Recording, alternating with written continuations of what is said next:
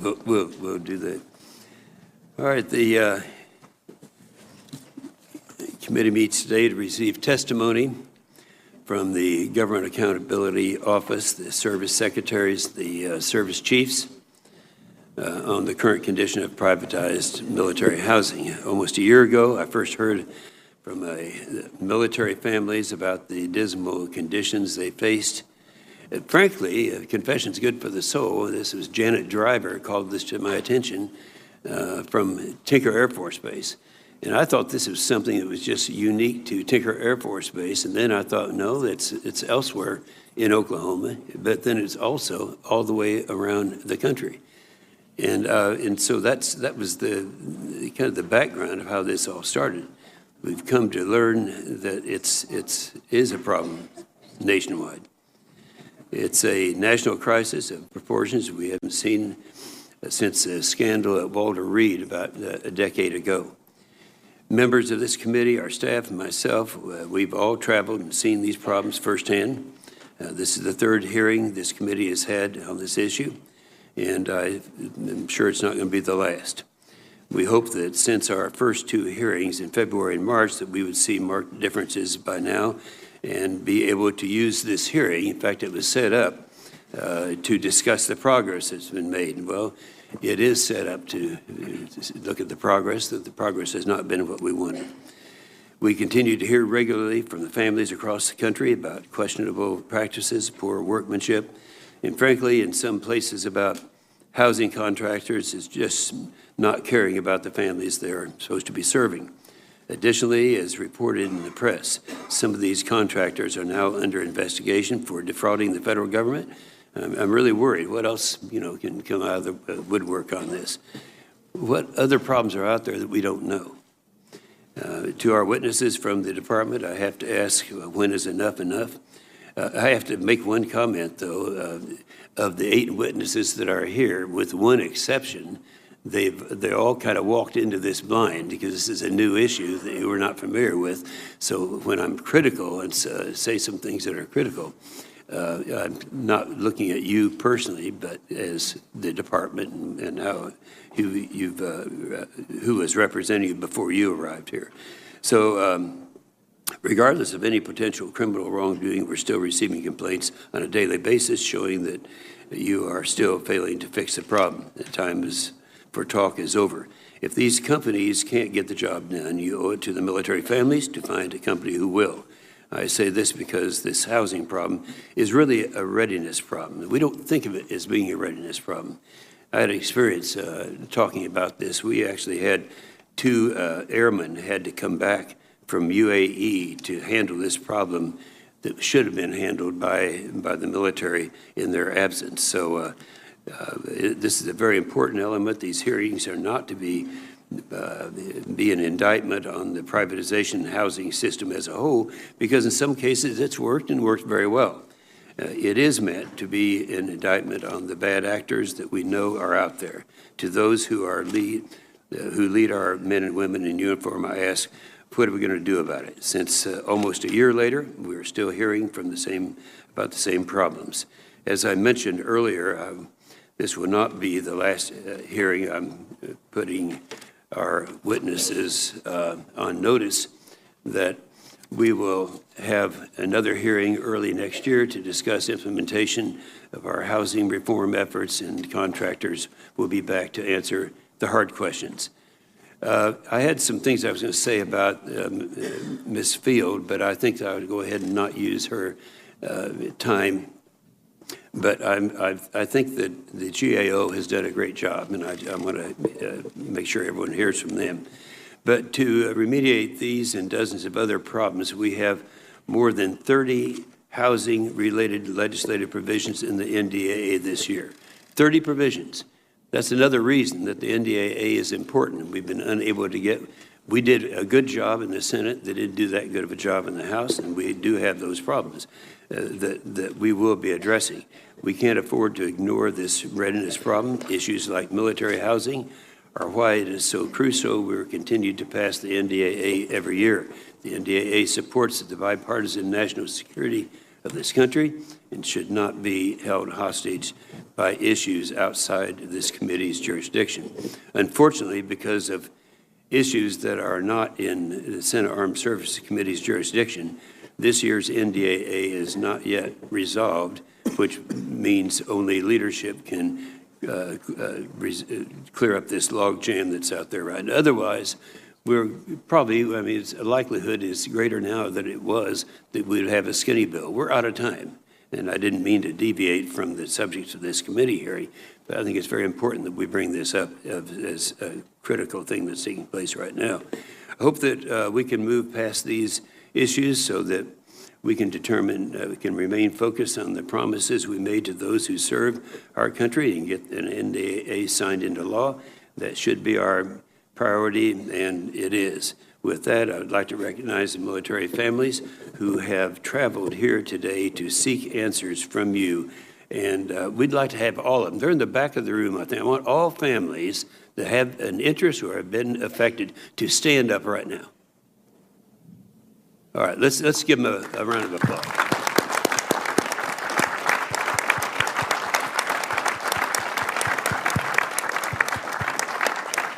To our DOD witnesses, as I have said before, these are the people who trust you, whose trust you're going to have to regain. Senator Reid.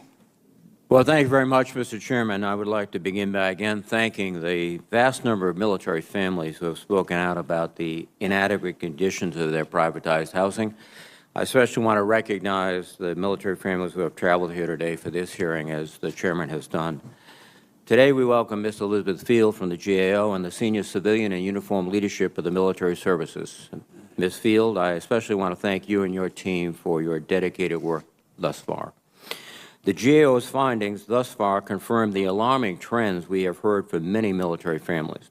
For example, the GAO found that the often quoted 87% satisfaction rate is, quote, misleading and unreliable, and that the records for resident requests for work orders and service calls are questionable. This committee continues to receive complaints directly from military families. While the services have made strides since last February, many unacceptable problems with housing remain. I am still not convinced these private companies are doing everything in their power and investing as much as they can to improve the quality of homes for our military. I also have several questions that I asked be entered into the record that were requested directly by military families on the many issues within military treatment facilities and diagnosing medical problems caused by inadequate housing conditions. While the conference process is still underway for the fiscal year 2020 NDAA, I remain confident that we will reach an agreement on legislation that will represent the most significant reform of privatized housing since its inception in 1996. We all still have a lot of work to do on addressing the systemic problems that have been discovered with privatized housing, and I thank the Chairman for convening this important and timely hearing. Lastly, I want to take this opportunity with the civilian and military leadership of each of the services present to express my deep concern about the President's recent interference in war crimes cases involving members of the U.S. military. These comments follow my remarks on the floor of the Senate on November 21st. The President has the power to pardon, but he has the responsibility to use that power wisely, not recklessly. Good order and discipline are critical and time-honored traits of the United States military, not only to enable military readiness and effectiveness, but also to ensure military men and women remain firmly tethered to our nation's moral and ethical principles in the most demanding wartime environments. Some have claimed that these cases were distractions and that the President's intervention has somehow improved the morale of the military. On the contrary, President Trump's disregard for our military justice system risked undermining the confidence of our service members in the rule of law and their chain of command, especially those who were courageous enough to bring allegations of war crimes to light and testify against their teammates. When we do not hold our military personnel to appropriate standards of conduct, it also makes it more likely that they will face similar abuses on the battlefield and less likely that we will be able to hold our enemies accountable. There is no one with more credibility on these issues than former Senator John McCain, who stated, "This is a moral debate. It is about who we are, I don't mourn the loss of any terrorist life. What I do mourn is what we lose when, by official policy or official neglect, we confuse or encourage those who fight this war for us to forget that best sense of ourselves. Through the violence, chaos, and heartache of war, through deprivation and cruelty and loss, we are always Americans, and different, stronger, and better than those who would destroy us. This is the standard we should demand for our military men and women, and I believe the President's interference in these cases has done them a serious disservice. Thank you, Mr. Chairman. Thank you, Senator Reid. Each of the military departments has submitted a statement for the record, which we made a part of the record, and I'd ask each of our military departments to, through the secretaries, to limit your remarks to 5 minutes. We have a full panel today. We have a lot of members who have a lot of questions. So before we turn to the department, I'd ask Ms. Elizabeth Field, Director of the Defense Capabilities and Management at GAO, to provide her statement, which I know includes new findings that will be made public for the first time today. Ms. Field.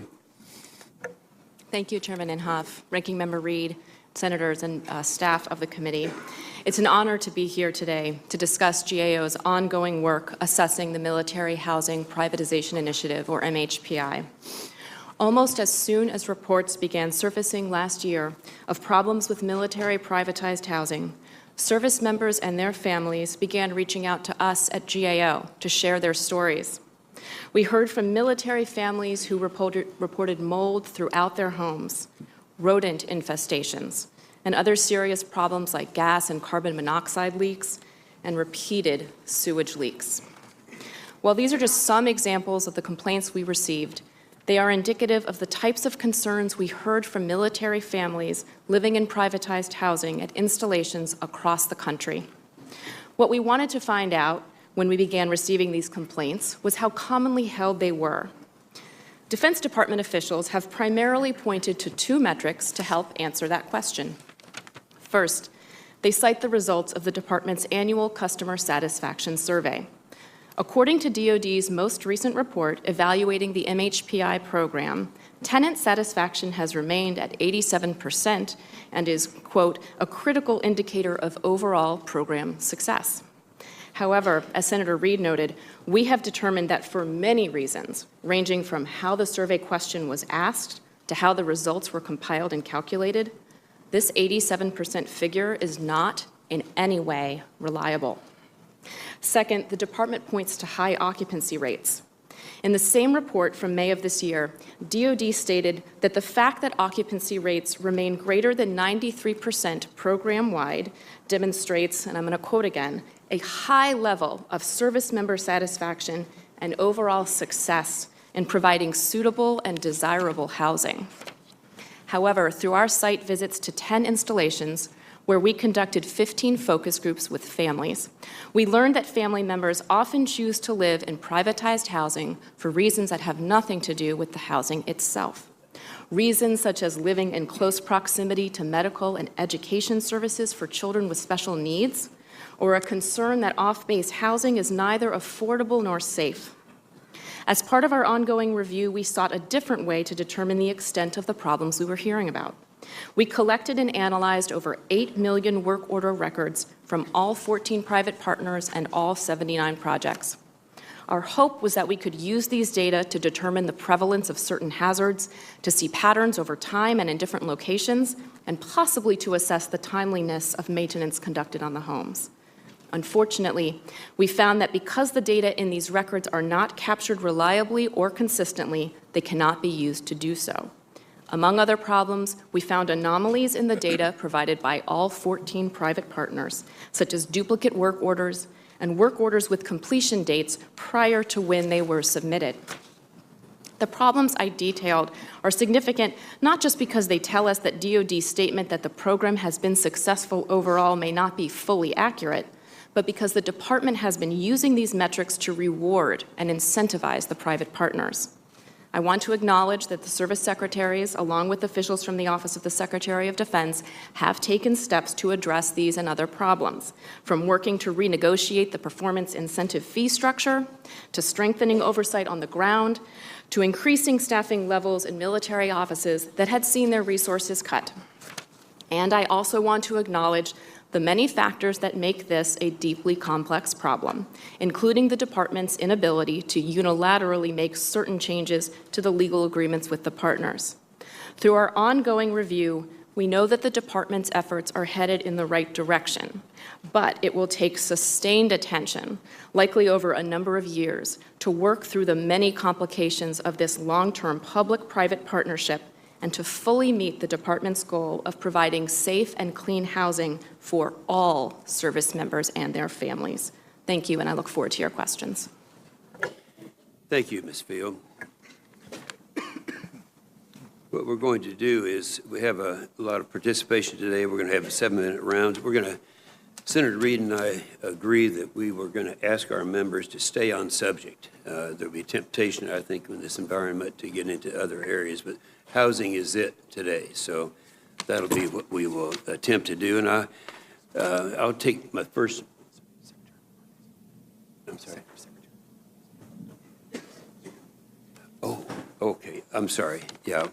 Let's go ahead with our opening statements. We'll start with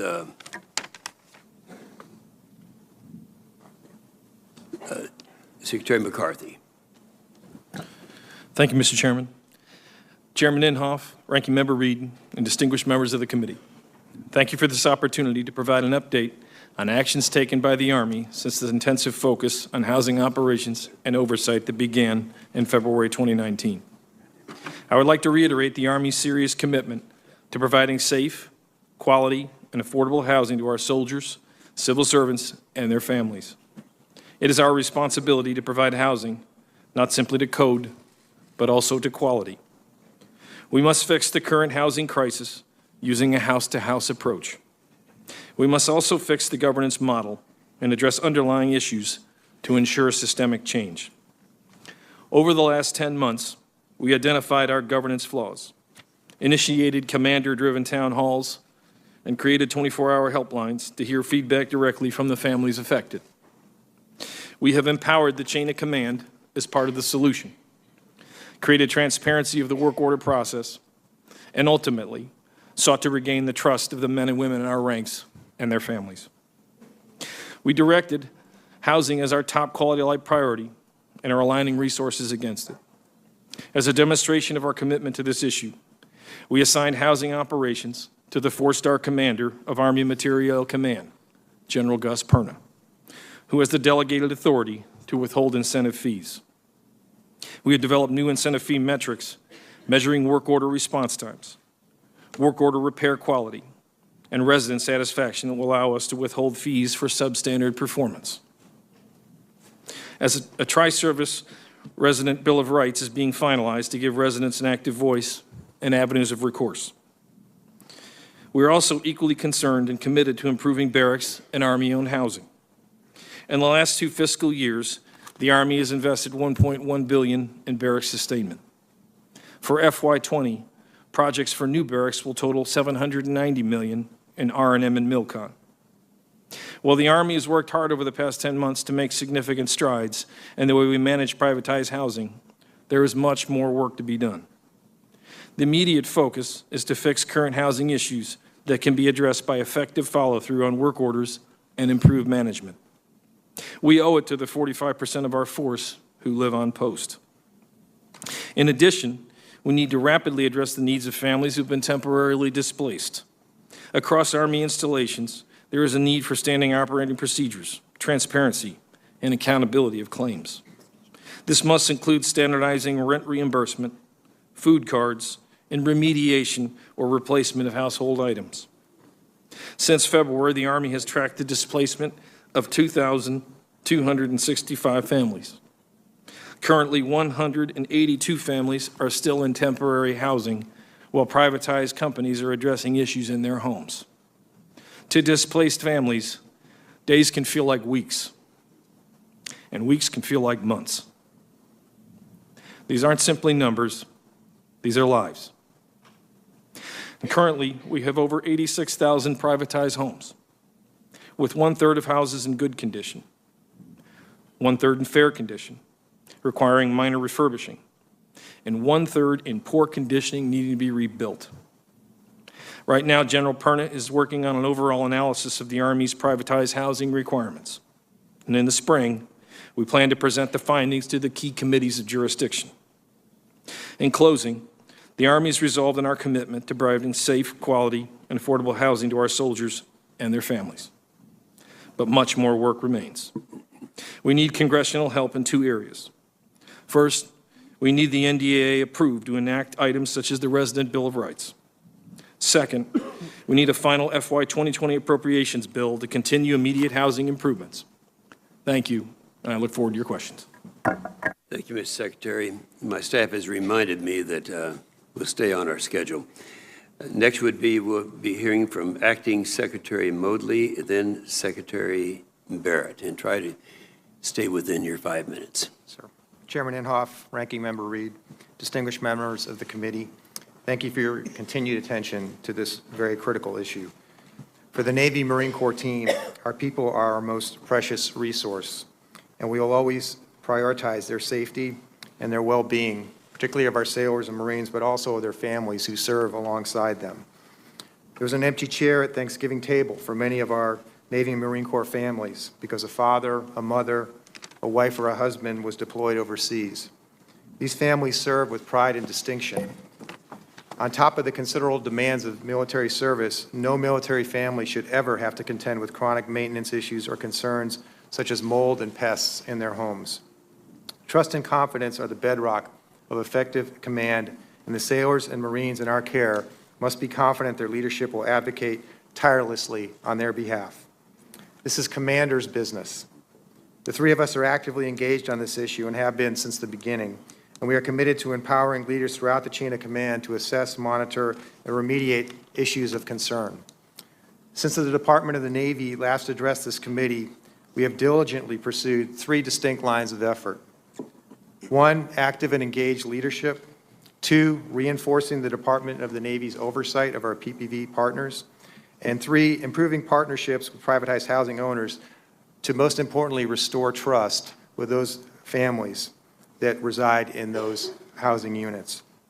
Our written testimony provides more details on these efforts. So we'll close with this. While we have made steady progress over the past 6 months, we are not completely satisfied, and we will not rest in our determination to make this right for our sailors and Marines and their families. We appreciate the committee's continued resolve on this matter and the committee's efforts to secure the resources we need in this effort by ensuring final passage of the NDAA in the fiscal year 2020 appropriations. Thank you, and we look forward to your questions. Thank you. Secretary Barrett. Chairman Inhofe, Ranking Member Reed, members of the committee, thank you for inviting us to discuss housing today. The service secretaries and service chiefs work together on this issue. We share ideas of how to improve housing because our soldiers, sailors, airmen, and Marines who live on military facilities deserve safe, secure quarters. We are jointly committed to resolving housing issues, and we thank you for your continued attention to this matter of mutual concern. Issues with privatized housing on some installations revealed instances of faulty construction, subpar maintenance, and late-to-need responsiveness. While many bases have effective privatized housing, others have suffered with project owners who have simply failed. Some project owners have reportedly disregarded maintenance requests, misrepresented timelines, performed partial repairs, and failed to correct the root causes of problems. The Air Force owns part of the responsibility as well. We cut too many personnel who provided oversight of the projects and failed to fully empower the chain of command to own and fix these issues. As a result, housing problems have distracted from the Air Force mission. They have disrupted our airmen and dislocated their families. This is unacceptable. So we are taking steps necessary to hold our project owners accountable for improved performance. During my confirmation hearing before this committee, we discussed some of these issues.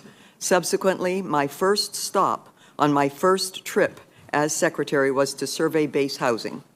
In my first 5 weeks as Secretary, I have examined privatized housing in Wyoming, Oklahoma, Texas, and Mississippi to observe problems and process firsthand.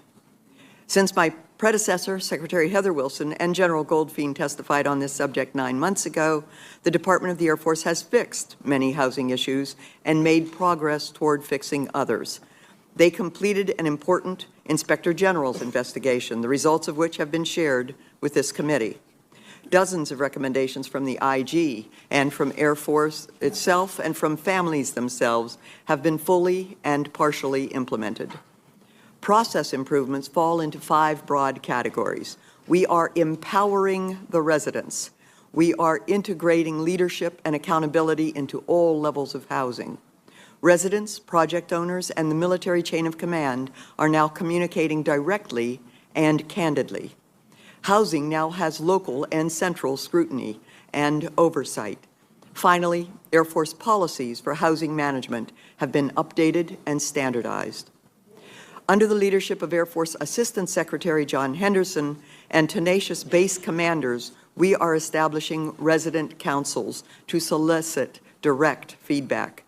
We are placing new resident advocates at each of our military housing offices to connect residents with resources and to help resolve disputes, and additional personnel will help us achieve 100% pre-move-in inspections while enhancing oversight. We have also worked with project owners to fix root causes of recurring mold at the bases with the most severe challenges. Some housing issues invite concern about possible misconduct, including allegations that some project owners manipulated maintenance data to increase their incentive awards. These allegations have been referred to the Air Force Office of Special Investigations, which, in coordination with the FBI, will determine whether to press criminal charges. Senator Wicker, last week when you and I visited Keesler Air Force Base in Mississippi, we met Air Force families who had been displaced from their privatized homes as many as 4 times in recent years. As these families prepared for Thanksgiving, they wondered whether they should decorate a Christmas tree in their temporary homes or rely upon the latest promise that they would return to their permanent homes in time for their holiday. Family disruptions and health challenges are profoundly personal and impactful to these families and therefore to us. We owe it to our Air Force families to get this right. With your continued support, we will. I look forward to your questions. Thank you, Secretary Barrett. We're going to have 5-minute rounds. We have more than a dozen contractors out there providing military housing to our services, and some are better than others. There's one that's kind of notorious at one end of the spectrum, and that's Balfour Beatty, and that's I'm very familiar with that because that's where this whole thing started. In my opening statement, I mentioned the Tinker Air Force Base, but they also are representing Lackland, Maelstrom, Travis, and Fairchild. And it might be a little unfair since you're the newest one, Secretary Barrett, but to give you the first question. When does, if you have a repeater like this and this conduct like this, why is it that they're still there? What do we have to do? How do you pull a plug? How do you get that done? What are there contract obstacles out there? But we want to get things done, and you're the newest one out there. What do you think? Senator, that's what we're looking at. Before I was confirmed, the Air Force was taking action on exactly that concern. That company received a letter of concern from the Air Force expressing that the Air Force has lost confidence in their ability to perform under their contract. That letter was issued in September. Since that time, they have not been receiving performance incentive fees. Since that time, all of their contract, they have the contract on many bases, all of their performance fees have been withheld. So they are under financial penalty right now. In addition to that, it has been requested that they submit an action plan for what they will be doing. That plan is due by the end of the year, and there will be metrics and accountability from that plan, or the Air Force will be initiating the elements accessible to us under the dispute resolution procedures, which could lead to anything up to a default on their lease. Okay, then I guess the short version is you're doing everything that you can do, that you inherited, all the facilities that you are able to, changes you're able to make, currently. To each of the secretaries, I'd like to mention, or I keep hearing that they're talking about these companies said that they would be open to reopening these agreements to ensure transparency, accountability, and performance. They never talk anything about what the cost would be. So I would ask any secretary who would like to respond to the question that behind closed doors, are companies actually willing to reopen these agreements, or are they just giving lip service to contractors trying to dig their way out of a bad situation? If they're opening to reopening them, the agreements, have any of them talked about what the cost would be involved to do such a thing? Let me go first. Any of the secretaries? Mr. Chairman, in our most recent discussions with the RCI partners, there was a discussion about the restructuring of the debt of their companies. The economics, in most cases, for the projects are under 1996 interest rates. So 7, 8, 9% for these projects, which by changing the scoring model at OMB, we can provide an opportunity for them to go to capital markets and increase the capital for reinvestment. What we need to do, what we've instructed in the Army is for General Gus Perna to come back with an analysis of just how substantial of a project this would entail, and then would have to negotiate that. But the sense that I had from the most recent discussion in September was there was definitely energy to do that. Any other secretaries? We absolutely would consider reopening the contracts, renegotiating the contracts.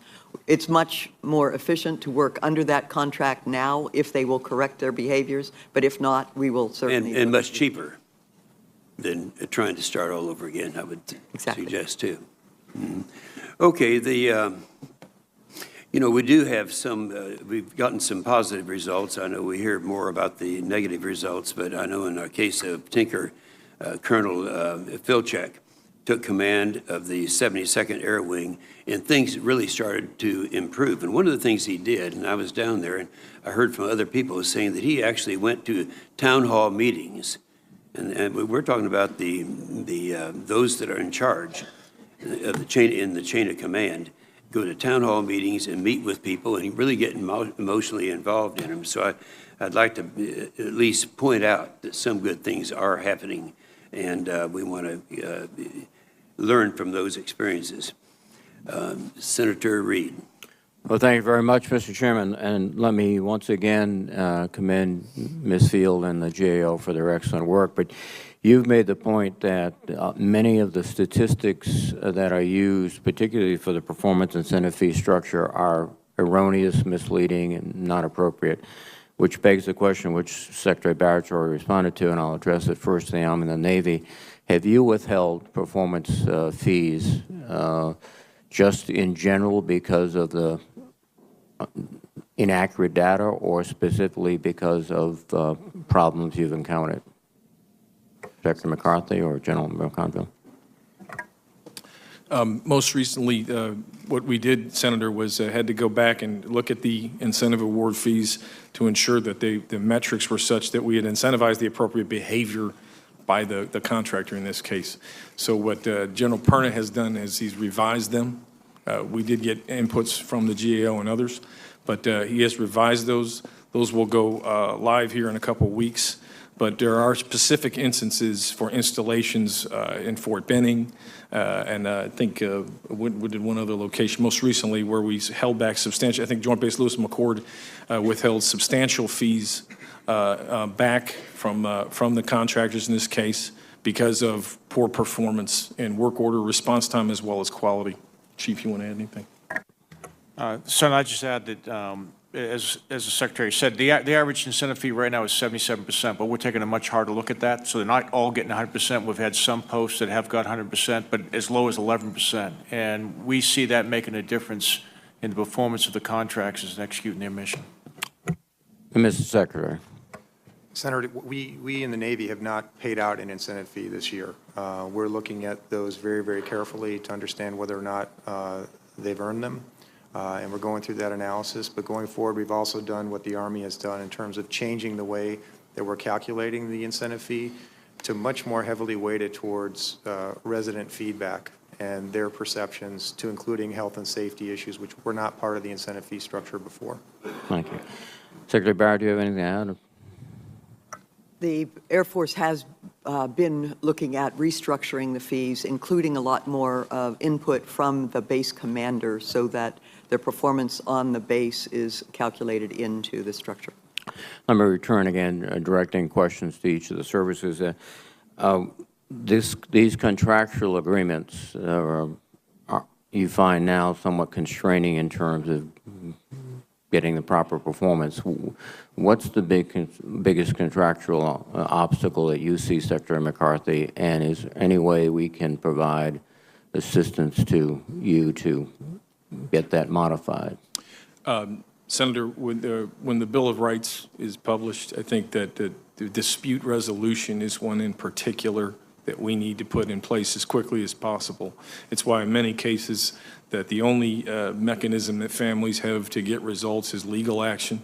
So the sooner we can have a dispute resolution in place, it will help improve matters dramatically. So if there was a meeting of minds between the companies and the services on dispute resolution to benefit the quality of life of soldiers, sailors, airmen, and Marines, that would be a positive step. Yes, sir. Thank you. Mr. Secretary. Yes, Senator, I agree with Secretary McCarthy on this one, but I also would say that one of the other challenges that we have is that we don't have, until now, we did not have great visibility into the data. Most of the maintenance data was captured in two different types of IT systems, without getting into the mundane aspects of that, but they weren't capturing data in the same ways. And so what we're trying to do is to standardize that so that we can get visibility into that a lot quicker, and so we understand if a contractor is not performing properly, we can take action on that a lot more immediately.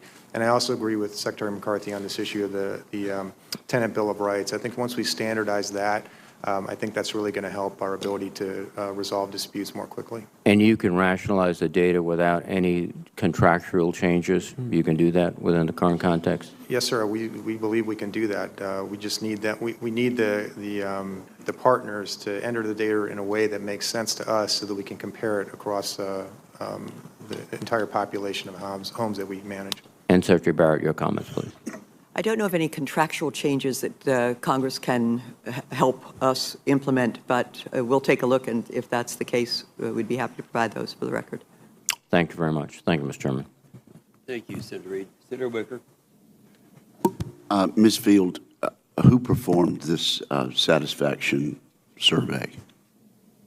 The annual satisfaction survey that I referred to in my opening remarks is conducted by an independent third-party group named CEL. And I should say we found nothing wrong with how CEL conducted the survey. It's more the questions that were asked and how the results were collected and analyzed and presented to you. Okay, who makes that determination?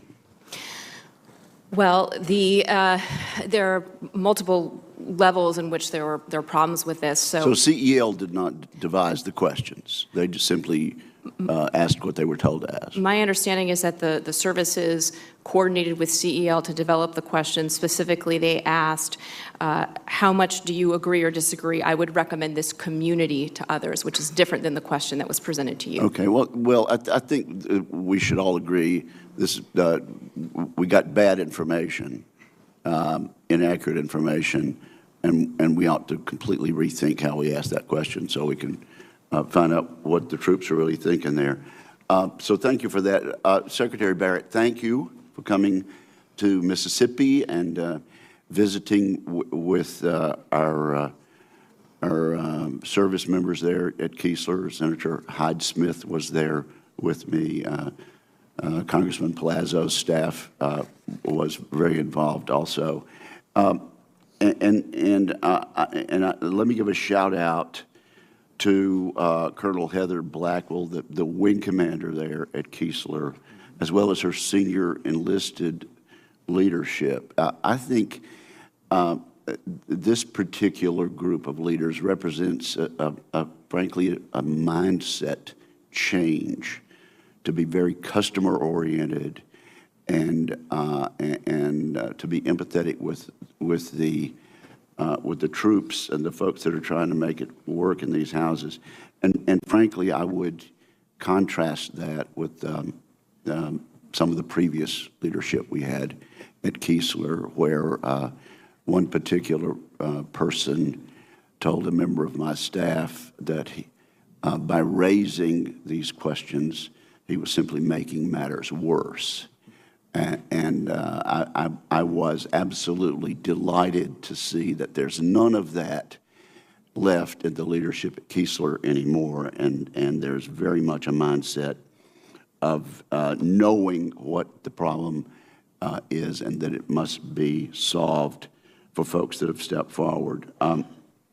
You also, I think, you have dedicated an assistant secretary to work almost exclusively with this problem. Is that right, Secretary Barrett?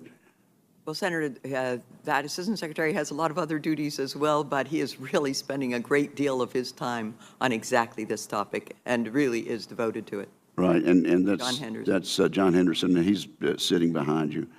So I want to thank him too. And it does occur to me he's spending a lot of time on this.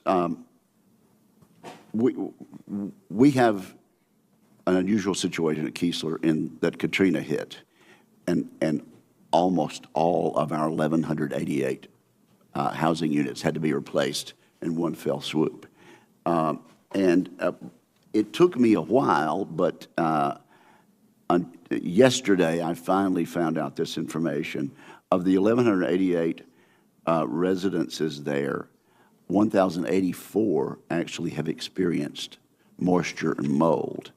Now, we're told this was a mistake with the installation of the air conditioning units and particularly the air conditioning ducts. I'd like for you to tell us on the record how many air conditioning companies were involved in this. Were all of them involved in these homes that have had the moisture problems? Why the multiple instances? And you mentioned a family that had four that had to leave their residence 4 times, and the problem still hasn't been solved. Why is it that the remediation is often not getting done?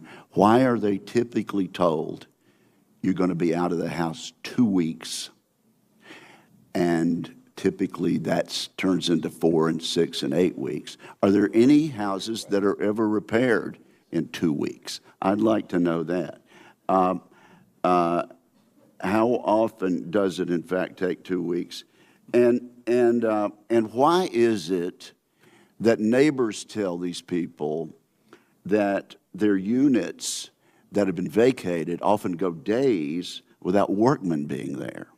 And of course, they're out for longer, and if no work is being done, that can't be a good use of the time. Many of our troops are asked to move out to hotels because there's not adequate housing for them to be in. One troop said he had to be out by 11 a.m., got all his belongings in his vehicle to comply with the 11 a.m. checkout, and then mid-afternoon, as he sat in his car, he was told, it'll be another 2 weeks. You have to move back in. This is called being jerked around by the system. And then one other question, and I'm over my time, but these need to be answered on the record. In many instances, like Biloxi, Mississippi, the homeowner's insurance is so high that the basic allowance for housing isn't adequate. Now, when I was in the Air Force on active duty, I was happy to go off base, use my BAH, and live well.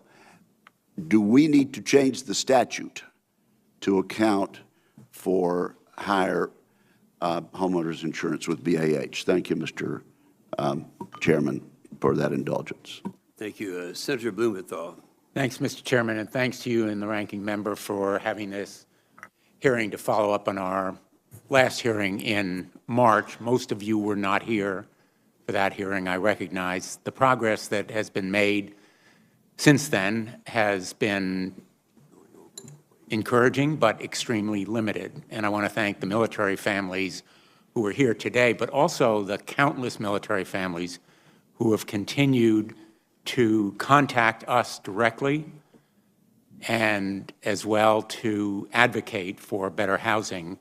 And I want to highlight, as a matter of fact, one area where we've received complaints, and I'd like to know of all the complaints that you have received about retaliation.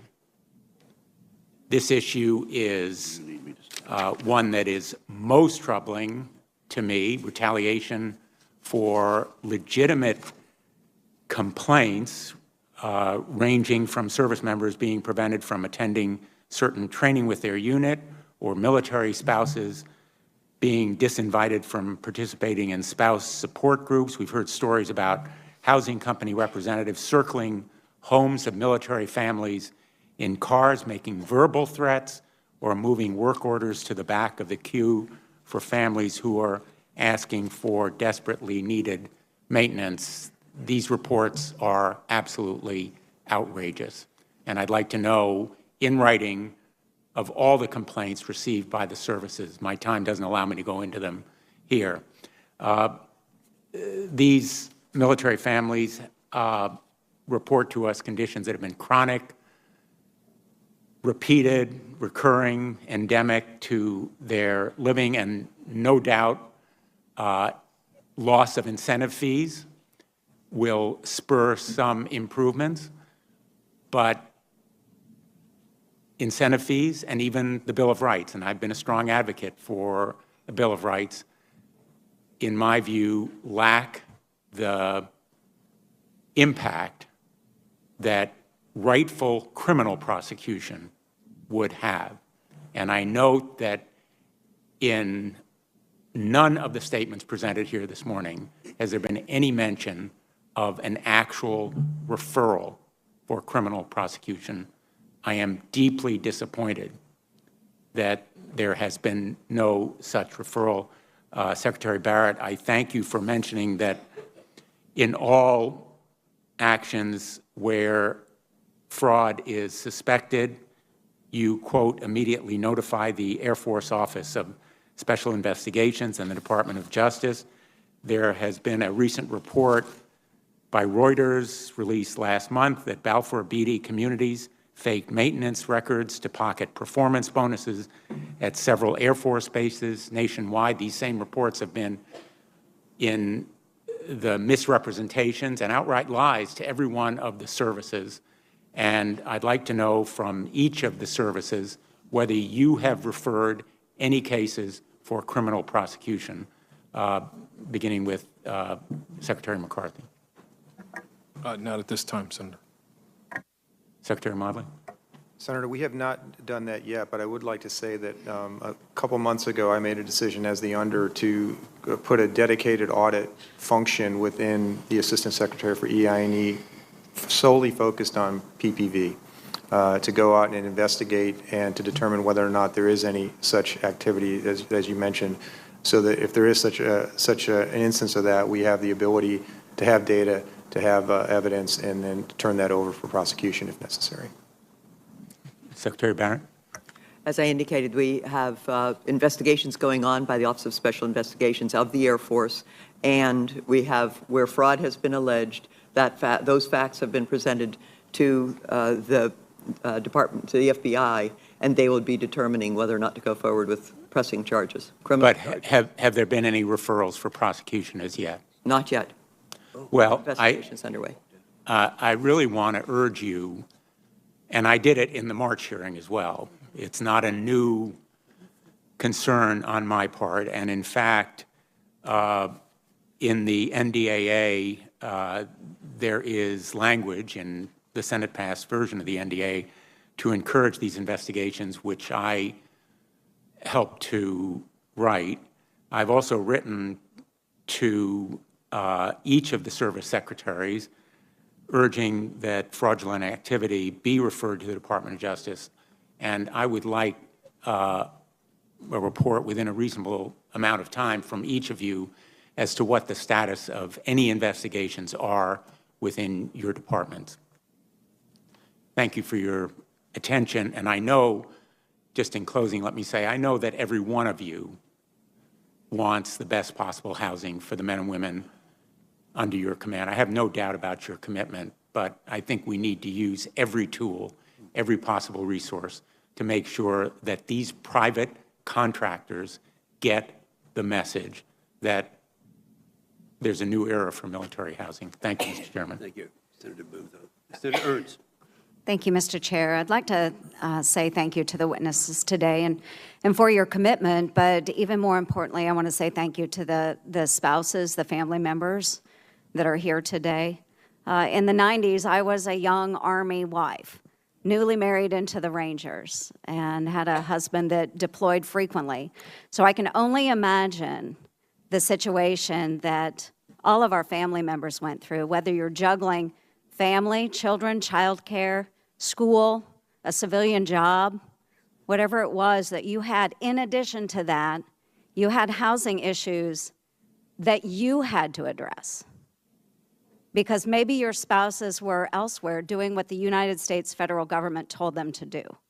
So thank you to all of you. I do understand those challenges, and we have to make a change. So thank you for being here. So we've talked a lot about this high level of investigations and involvement of our secretaries and so forth. But what I would like to hear from Commandant and to our chiefs is, what are we doing to educate those young commanders? You know, the health and welfare of their troops, that is up to them. So while we do have other special offices that are involved, what are we doing to educate that chain of command and how they can get engaged with their troops and making sure that housing is appropriate? Secretary Barrett, if we could start with you. We are, in fact, General working Goldfein. on training for the commanders of the bases and the squadron commanders on the housing issue and on medical issues so that there is a better understanding. And that will be passed on to each of the members of the military. General Goldfein, did you have any more to add? Yes, ma'am. So after this issue came up, I hosted a conference with all of our wing commanders in the United States Air Force. That's active guard, reserve, civilian leaders, 278 strong. And what I shared with them was that there are certain things that we have to do as leaders that are nothing short of sacred duty. And one of those is ensuring that every airman that deploys into harm's way is properly organized, trained, equipped. And when they come home, we've taken care of their families while they're gone. And you can't delegate that. That is command team business. So in every echelon of command now, we have training not only on their responsibilities, but also on the tools they have available. And to get to Senator Blumenthal's point, to make sure that we have all the tools available and we're pushing decision authority down to where they can make the most difference. Absolutely. Thank you. Commandant?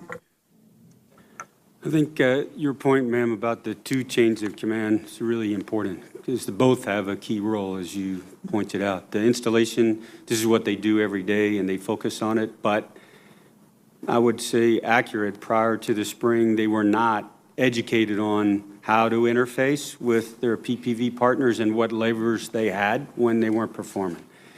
On the unit chain of command, which is what General Goldfein focused on, I think we didn't look the other way, but I'm not sure that all of our commanders, in fact, pretty confident most did not understand they understand their role in leading their troops and everything they do or fail to do, but not when their housing situation isn't working right. What are they supposed to do? Now that's part of our commander's course. Should have been, you could argue it should have been beforehand. Now it is. So on both chains of command, I think your point about education has to be there, but it can't be one time. It can't be in 2019 only. This is something we have to sustain. Thank you, Commandant. Admiral?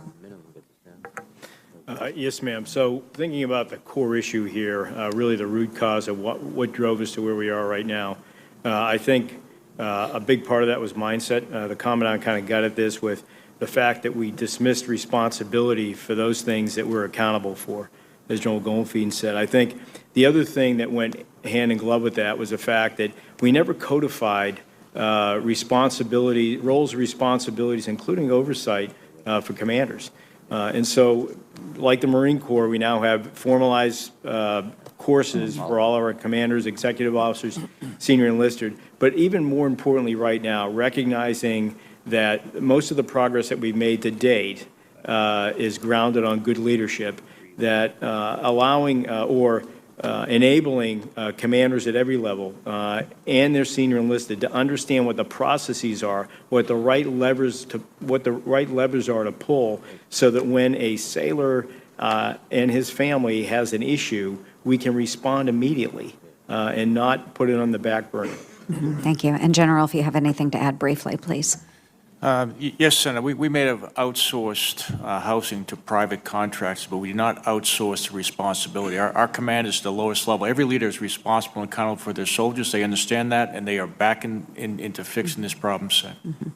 Thank you. And again, to our families, I want to thank you for your resiliency and your intestinal fortitude. I truly appreciate it. Thank you. Thank you, Senator. Senator. Thank you, Mr. Chair, and thanks to our witnesses. I want to thank the military families who've been so important in this effort. To Secretary McCarthy, thank you.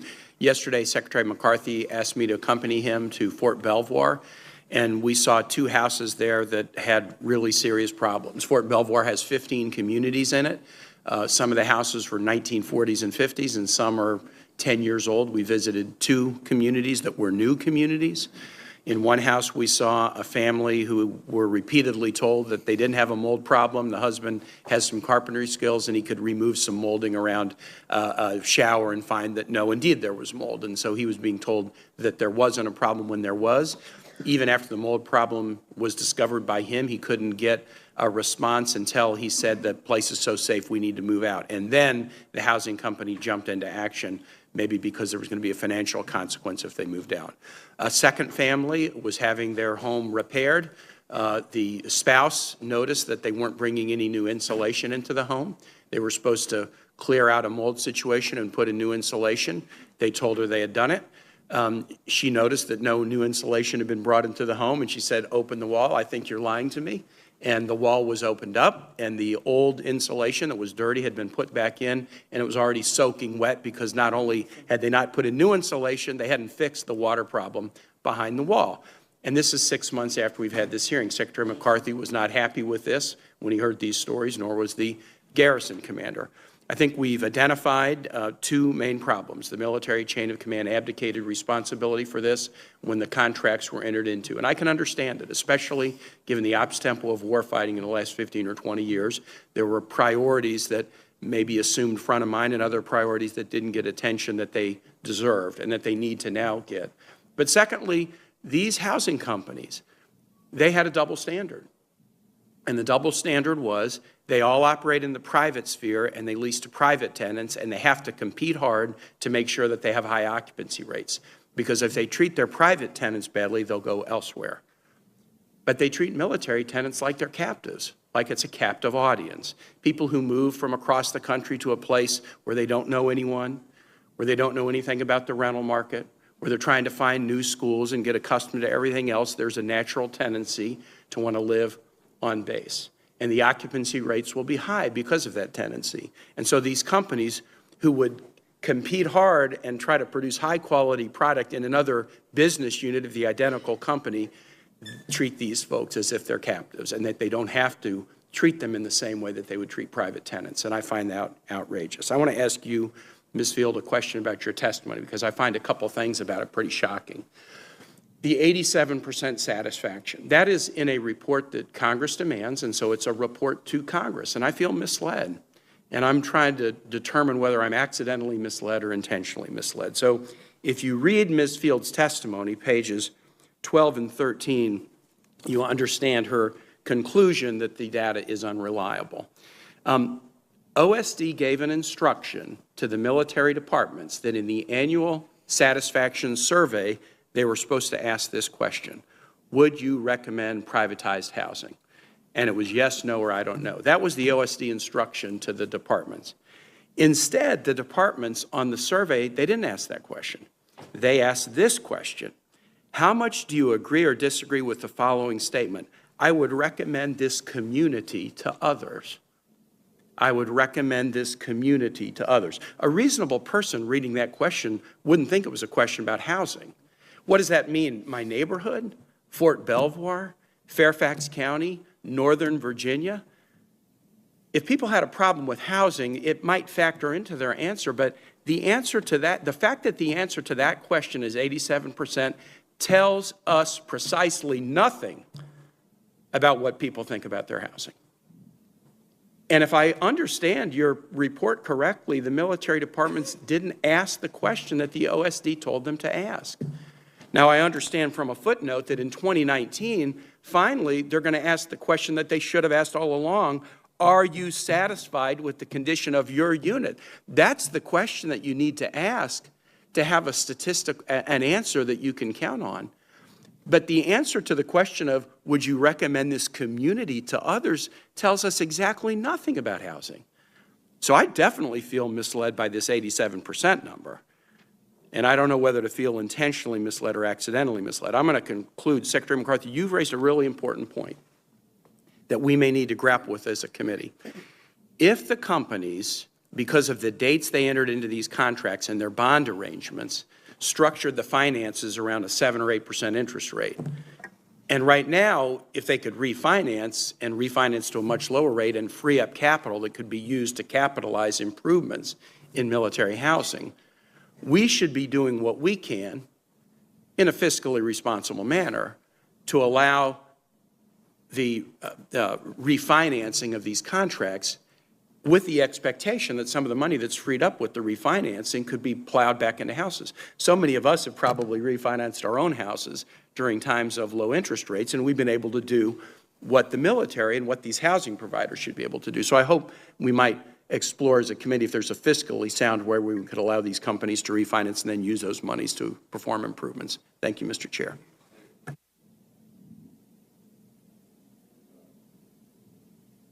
I want to thank each of you for being here and worrying about the housing for our families. Ms. Field, you said in your testimony that there were changes that if we could make those changes, that it would have a big impact. Is there legislation that we can pass right now that would force changes that would positively impact housing for these families? Senator, I think the most important thing that this committee can do is to keep the pressure on both the services as well as the partners. A lot of the things that are in, for example, the Bill of Rights are things that could be done right now. They don't necessarily need to be legislatively mandated. We at GAO have been looking at MHPI almost from its inception, and we have found problems throughout. It's really that pressure that you can exert that will probably be most impactful. Okay, so there's no legislation that you need that the services need right now that would change the housing. I don't want to state that categorically, but I would say that some of the things that probably would be most helpful are not things that can be legislatively mandated because they have to do with the legal agreements between the services and the private partners. But we can pass legislation that require the private companies to change, right? We could pass. I believe that would still require negotiation with the partners because of the existing standing legal agreements, many of which are 50-year agreements. So for all the secretaries, what's the limitation on issuing the Resident Bill of Rights today? Is there any limitation? Senator, there's a couple issues related to the NDA language that we have that are different than the department's position. You know, specifically, I'll cite two examples. With dispute resolution, we need to hire an outside firm to be a third-party mediator, and there's a difference of opinion between us and the committee on how to best bring a third-party entity into the fold. Another one would be on whether or not the Army could have on-post quality assurance folks to inspect the RCI partners' homes through legal liability associated with that because we don't own the assets. We're working through that with the committee, but I mean, we could step out, but we want to do it in concert with the Congress to have the support of the Congress, sir. Senator Scott, just let me add to that, the service secretaries have all agreed on the Tenant Bill of Rights that we've negotiated with the PPP partners. So we're ready to go and to sign. We're just being deferential to the committee and what they're trying to put in legislation and make sure that we're in sync on that. It's the Senator, same. that's exactly the same with the Air Force. We're ready to go, could have issued it earlier, but don't want to issue something today that then lies in contrast with what the NDAA might come out Why with. don't we just do it, and then if the committee ever gets it done, then change it? We could, but then, yeah, I think that for our troops, we'd rather have, or our airmen would rather have a consistency of what that Bill of Rights entails. So the dollars that have been held back on performance, can you take those dollars and mitigate the problem? Are you allowed to do that? Like in a private contract, if somebody violates the contract, I can go spend the dollars and they eventually get the money back. Do you have the ability to do that under existing contracts? So if you want to take the dollars, even any dollars, but take for sure the performance dollars and say, I've got 15 homes that need mold repair, I'll go ahead and take the money and spend it. Can you do that? No. Senator, I have to get the answer for that specifically. I'm not familiar enough with what the contract, with the negotiations with the PPP partners say, but when the fees are not paid out, they stay within the service. So I have to look and see exactly what our legal rights are in terms of what we can do with that, and I don't know the answer to that, but we'll get the answer for you, sir. Okay. Barbara? I'm not sure of the contract language on whether that's held in escrow or withheld, but not available to the Air Force. In the Air Force's instance, we have, however, spent $25 million in remediation that is, that may be brought against that, the contract fees. So is there anything, do you know if you No, can? Senator, it's my understanding the funding is held in escrow, but I don't think it can be converted for other projects. Okay. Will you find out when you get back and just let me know? Yes, sir. If you can spend the dollars. So why wouldn't you spend those dollars if you can do it and limit it and take it away from the money you had to pay the companies? And have any of these companies said to you all that they don't have, because of their finances, they don't have the financial wherewithal to make the changes? Yes, sir. I mean, the last discussion, we specifically addressed how do we increase the ceiling on capital for investment. Because as I mentioned in my opening statement, a third of our housing is going to be required recapitalization. So we need substantially more funding. And if you have economics from the mid-'90s, there's like 8-9% interest on the bonds. So they're never going to fix this if they don't have the capital to do it, and they can't get the capital to do it. We have to do, General McConville and I sent a letter to the Director of the Office of Management and Budget to change the scoring criteria on projects so that they could go back to capital markets, get lower interest rates, which they have very much a desire to do that, obviously, from a business perspective, but to be able to increase the capital so it can be much more aggressive on investment projects. Thank you, Mr. Chairman. Yeah, Senator Scott, let me just interject here that we have had the Bill of Rights language in the Defense Authorization Bill. Our problem is we've been bogged down, mostly because of the House, on the Defense Authorization Bill. Now, we're dealing with an absolute deadline now, and of course that language is in there. It was our thinking at that time to not encourage the Bill of Rights to be put together until we had a chance to do that in the NDAA. That makes sense. Yeah. You sure think, though, that they could take the money that's been held in, on performance and go spend it to go fix the problem that these companies are responsible for? That makes sense. Thank you. Senator Heinrich. Thank you, Chairman. I want to start by saying that I share Senator Kane's frustration with the data that we've been given and, frankly, how that data has been characterized. And we need to understand, as Ms. Field points out, exactly what the situation is. And the way questions have been asked has really obscured that. So I want to ask each of you, one, are you currently, as service secretaries, are you asking the question that OSD suggested that you ask, that would you recommend privatized housing? And in addition, are you asking the question that was also referenced in the GAO report, are you satisfied with the condition of your housing unit? Yes, Senator, we're making the changes to the customer survey. And is that current or is that in process? I believe it's in process, sir. Senator, we're looking at that as well to ensure that the surveys are asking the right questions in terms of what's happened in the past, in terms of how we followed the guidance of OSD. I don't have information about that. I will say that we did an out-of-cycle survey immediately after this situation came to the forefront last year, and we discovered that we actually had much lower rates than we had thought before. So I think we're looking at this, and we want to make sure, and this is my point that I made earlier about data and understanding what the data is telling us and making sure we're asking the right questions and measuring these PBV partners properly. Well, I will say that I think that Ms. Field and the GAO were able to get to the heart of a lot of data very quickly and to implement other tools like focus groups to understand the nature of this problem. And all of us up here need to be able to have reliable, consistent data. So for the remaining two secretaries, I'd also ask, are you asking those two questions today, or when will you be asking those two questions? Senator, we are asking the questions as directed by the Secretary in the form that is the requested form.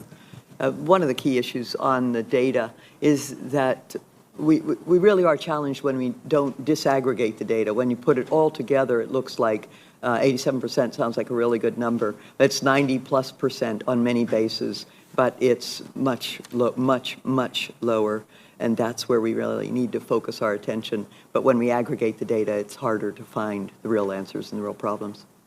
Okay. Secretary McCarthy, you mentioned the need to fix the model. I think those were your words. But we also heard that a third of housing is in poor condition.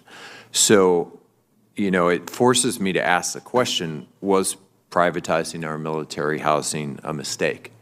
And to put that another way, do we at least need to take a step back and analyze whether this model is actually working for our men and women in uniform?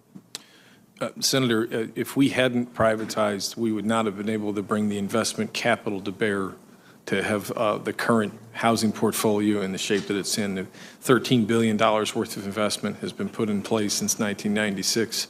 We wouldn't have had those funds, for example. I think that the challenge is that over a 50-year relationship, you have to adjust over time. The flexibility of the contract, the manner in which to restructure debt when economic conditions are better, you have to present these opportunities. So that's where the challenge is. Do we have the tools and the knowledge built into your services to actually implement those contracts, to hold people to account? Because those things happen every day in private real estate business, but that's not an expertise that is necessarily something that I think the services have spent a lot of time thinking about. And if we're not doing that, we certainly owe it to the men and women who live in these homes to get that right. Great question, Senator. It really hits home to the point Secretary Modly mentioned before, our ability to analyze the depreciating assets, when to make the right investments. Are we capturing the appropriate data to know the health of these homes? The oversight, the quality assurance, it requires substantially more resources, but also, to your point, the right skill sets associated to manage that. We have, in many cases, we need to improve across the board in all those areas. Senator, I think it was absolutely the right decision at the time to go in this direction. And as Secretary McCarthy said, we would not have been able to recapitalize these homes at the time that we did it. That does not mean that it's worked out great. And I think I would say that it's not horrible performance, but I just think it's very uneven performance. Yeah. And I just, from personal experience, I have a son-in-law and a daughter who are on active duty, and they've lived in privatized housing, and it was fantastic. I've gone and visited several different bases, and some of it's fantastic and some of it's not. And the problem we have right now is really understanding the differences, because we don't have good access and visibility into what's actually going on a unit-by-unit basis. So when you accumulate data and it says 87%, well, what about that? What about the people that aren't happy? And how are we finding out about that? And not just finding out about it every year. But how are we fixing it? Right. But we're also finding out about it a year after, sometimes a year after it's happened. And so we need to be much more in a real-time monitoring of this problem. And that's what we're trying to do. And we certainly have the tools to do it. Data is being captured. It's just not standardized. Once we have that and we have real-time information, we can act a lot more appropriately and a lot more quickly. And we certainly have the tools to do that. given some of the tools that exist because of the revolution in technology that we've seen. So we can address this. I think the model needs tweaking, and as Secretary McCarthy said, there may be some structural challenges with the debt that we need to look at as well. But this is a problem where when you outsource something, I think there was a cultural shift where people felt that it wasn't their problem anymore. But it's always going to be our problem to worry about the health and well-being of our military families, and we just have to reinforce those messages, and I'm sure we will. Thank you, Mr. Chairman. And I also want to recognize our military families that are here today. It's hard enough to serve in the military. It's hard enough to be a spouse of someone who serves in the military. But you add on to the challenges that we're talking about here today and the types of stories that we've heard for what families have had to put up with. And, you know, as someone who served myself, this pisses me off. And, you know, again, what you endure is hard enough. This is a leadership issue. I appreciate our service leaders being here today and your commitment to address this issue. This is also a leadership issue by these companies. You know, in America, we just came past Veterans Day. We're very patriotic. We want to say thank you for your service and all you do. Yet climate and culture in these companies starts at the top too. And the culture that they have from the top all the way down, whether they are going to be customer service oriented, whether they're going to be responsive 24/7 to the needs of those families, whether they're going to do whatever they can to make sure that they are addressing the health and welfare of these families. I mean, that's a climate issue. So maybe, you know, maybe some of the CEOs need to move into some military housing over the holidays. What do you guys think about that? And see how they feel about trying to figure out where they're going to put up their Christmas tree or where they're going to be serving Christmas dinner. Ms. Field, thank you for all your work on this. I see there's basically 14 companies that have been involved in privatized military housing. Are any of them not acting like slumlords at this point? Are any of them doing a good job? Any of them? Senator, I wouldn't want to characterize any individual company as good across the board or bad across the board. I would say that at almost every installation we visited, we found that the military housing officials on the ground were extremely frustrated with the private partner personnel on the ground, were not getting the cooperation or support they needed. There were some exceptions to that, which I would be happy to talk about. But I think it's fair to say, you know, as we've discussed earlier, whether tenants are satisfied at an 87% rate or not, there's clearly a problem here. So one thing, you know, I read in some of the testimony is that sometimes families were confused when they went to the office as to who was the advocate for them that's paid by the taxpayer and who's actually a representative of the slumlord. So maybe they could wear their own T-shirts that say slumlord on them. I'm not trying to be facetious here, but actually identify themselves as whether they're with the company or whether they're with the housing office. There has to be some sort of distinguishing factor. I'd encourage our service chiefs just to ask them to do that. They need to know who's who, that they're not talking to the contractor when they're making a complaint. General Goffin, did you want to just say something about that? Ma'am, I just offer that that there's a trifecta approach to this. There's the command team, Yep. there's the housing management officer, and the office, and then there's the privatized owner. And Right. all three of those have to be engaged. And where we have good engagement by those three and ownership and responsiveness, it's working. Where Right. one of those is not there, it doesn't work. And just the family member, though, needs to know if they're coming in to vent their frustration, that whether they're talking to somebody who's representing the company versus somebody who's supposed to be their advocate. You guys agree? All right, I'm trying to get audience engagement here. But one other factor is, you know, we specifically put language in as you're trying to hire more individuals in the housing offices and to be advocates, is to prioritize military spouses for those positions. Now, I don't think you need NDAA language for that. Is that something that each of the services are looking to do? Because, you know, they are at depression-level unemployment as well. This is something we've been working on this committee as well, related to military spouse employment. But pretty quickly, I bet you'd have a number of military spouses who would love to serve in that role. I'd like to hear from each of the services whether that's a priority. Secretary Esper prioritized that early on in his tenure to give the opportunities for military spouses to have preference for hiring opportunities on the installation. Are there positions that are open that are unfilled right now, though, that could quickly be used with, be filled with military spouses? Any of the other services want to jump in? Senator, we've added 300 additional positions, and this is one of the problems that we discovered in our discovery this last year was that, to your point, we didn't feel like we had enough advocates out there, and so we're adding 300. We're in the process of hiring them. We're also waiting on the appropriations bill to pass so that we can fund those positions. But prioritizing military spouses for those jobs is something that we're going to do. Great, thanks. Secretary Barrett, you want to? We have also established 219 new positions for residence advocates, and those would be great jobs for military spouses. So, thanks. I'm almost out of time, but I want to just make sure everybody understands that the NDAA is being held up for political games. The Defense Appropriations Bill is being held up for political reasons that have nothing to do with our troops. So I just want to make sure everybody understands that without an NDAA and without the Defense Appropriations Bill at the level that we have agreed to or that we've been fighting for, this is going to hurt fixing some of these issues that military families are dealing with in military housing. Is that, can I get a yes from everybody? Thank you. So let's get everybody on both sides of the aisle to vote those out and get them done this week. Thank you. I yield back.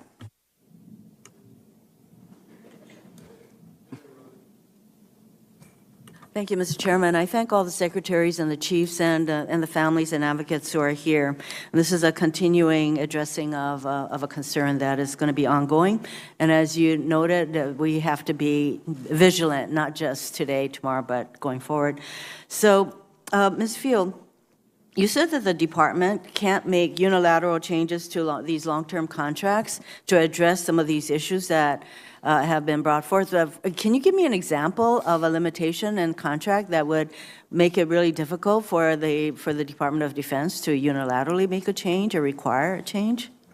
Sure, Senator. So most of the agreements, although not all, do have a performance incentive fee built into the agreement. What we've determined through our work is that a number of the metrics that underlie those performance incentive fees are not good ways to measure the condition or the quality of the home. So they're looking at things like rewarding the partner for occupancy rate, which again has nothing to do necessarily with the condition of the home, or with things like timeliness and reporting. Our understanding is that to change those underlying metrics as written in the agreements, the partners will have to agree with the services to make those changes. There's no underlying metric for habitability of units? I can't say uniformly across all of the agreements because they're all different, but when we looked at them, we found that they were overwhelmingly more focused on the financial health of the project and the partner as opposed to the quality or condition of the home and holding the partner accountable for that. So for the secretaries or the chiefs, are any of your agreements relating to habitability of the units? Is there anything that allows you to negotiate regarding habitability in any of your contracts? Anybody can answer. Okay, Senator, the metrics, the incentive award fees that referenced, they were not the uniform across all of the installations. First off, second, with respect to the question you asked, I don't know if it's on any of the installations if we have that today. But as I mentioned in my opening statement, we are changing the incentive award structure and starting that on January 1st. So you're able to change the incentive structure by focusing on habitability, even if somehow there's not reference to that in your long-term contract? We have to. We've gone back to the partners and we're changing the incentive award fees. We had to go back to the partners to do that. And are your partners cooperating with changing the matrix? It's been a negotiation, but that's how we're initiating on January 1st. What about the other service secretaries? What are you doing regarding? I mean, obviously we're here because of the non-habitability of some of these units. It's a huge issue, and so. Are you imposing habitability as a factor in your incentive payments? Senator, yes, we're going through that process. Just as Secretary McCarthy said, we've restructured our incentive fee and what we're measuring for incentive fee. And prior to this, we did not have that sort of health and habitability thing as a factor that we looked at, but now we will. And our partners have worked with us on this, and they are accepting that. We are in the process of restructuring our incentive fees, and that will include elements of the commanders' overview or observation, habitability would be probably one of the elements that they would put. In addition, 100% of our units have had a health and safety review prior to people moving in. And so that habitability would be another word for the health and safety of that. Yes, I'm using the word habitability to cover the broad range of issues of concern to all of us. There was a mention made, I think it was Secretary Mobley, that the data is the data is inputted in such a way that it's really not terribly helpful in terms of what's actually going on. So what are you all doing to make sure that there's for one thing, shouldn't all of the contracts, these housing contracts, be the same in terms of the terms of the contract across the services? Is this something, Ms. Field, can you answer yes or no on that one? Well, because they were entered into at different times and by different services, they created them with different terms and different levels of accountability built into them. Yeah, that's a problem, but okay, be that as it may. What about the data, the insufficiency of the data? Do the rest of you, besides Secretary Mobley, agree that that is an issue? Anybody? Yeah. Of course, Senator, we've addressed that at the quarterly discussions, and that process is starting to improve. And we do agree that the data is an issue, and disaggregating it, working to improve the quality of the data is one of the key things that we're looking at. May I ask just one more follow-up question with Secretary McCarthy? So the condition of the housing that you went to see with Senator Kaine, very clearly that if they're putting back molding that should never have been put back, that sounds like fraud to me. So you had testified that you did not refer any matter for prosecution. Is this the kind of thing that you are considering sending on for prosecution? Senator, after what I saw yesterday, I was very concerned, and it is something that I addressed specifically with General Perna, and we're going to take a very hard look at that. Yes, ma'am. Please do so, and that goes for all the services. Thank you, Mr. Chairman. Thank you, Mr. Chairman, and I want to thank the chairman and the ranking member for the participation today. I've been here 5 years. I've never seen a panel of military leadership that we have today. I think that sends a message to the families, but also says how serious this problem is. So I want to thank everybody for being here. I have a question for the panel and your staffs that are here. If you've ever lived in base housing any time in your career, would you raise your hand, please? All right, there's the issue. So these people understand. I grew up in base housing. I understand what it means to be dislocated. This is unacceptable what's happening right now. But I want to understand, I want everybody in this hearing to understand the hypocrisy that you've heard this morning.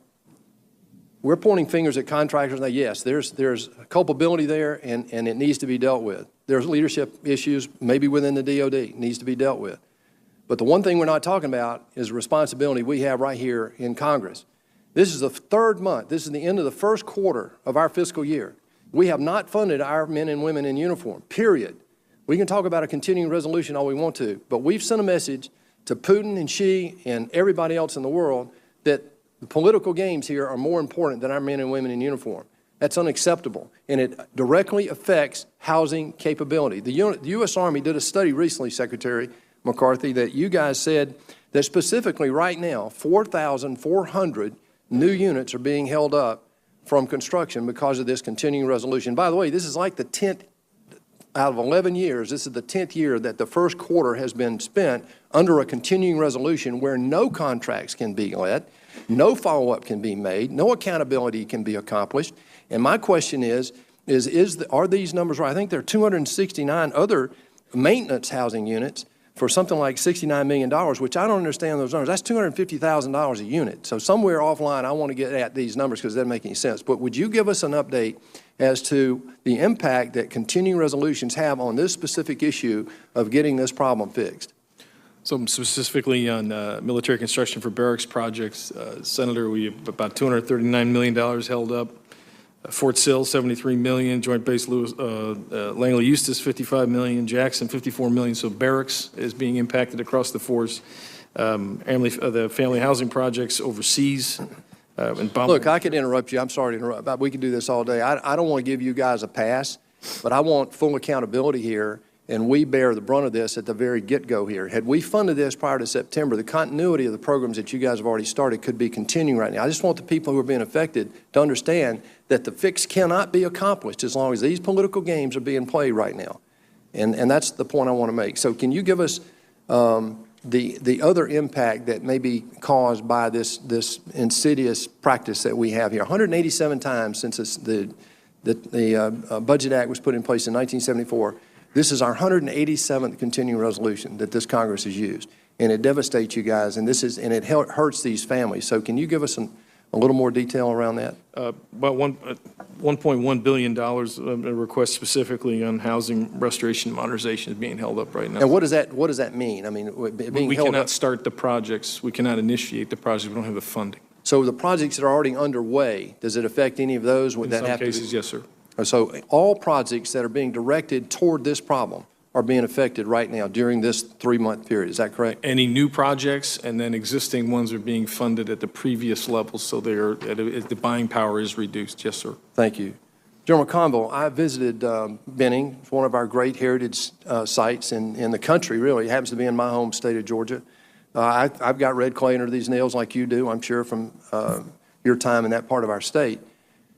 I just met with General Brito down there, and he's doing a fabulous job here. You have a different problem in Columbus. You have these historic homes. And, of course, they have lead. They probably had asbestos before and all that. And so some of this has been dealt with in the past. Give us an update on how that lead problem is being dealt with. And by the way, you know, we deploy a significant percentage of our men and women in uniform today, from Air Force, Marines. We have a significant percentage across more than 100 countries right now today. So most of our people are on these bases have a spouse overseas. And so can you help us understand the progress being made there and the displacement that we've incurred there and what we can expect? Yeah, I can, Senator. First of all, on the historical homes, you know, we've taken the philosophy, old is not historical. And what I mean by that is, you know, we have homes, if we have to replace them or restore them to the level they were at, they may be a house that's 100 years old that a captain lived in, and we have a whole bunch of these type homes somewhere from 50 to 100 years old.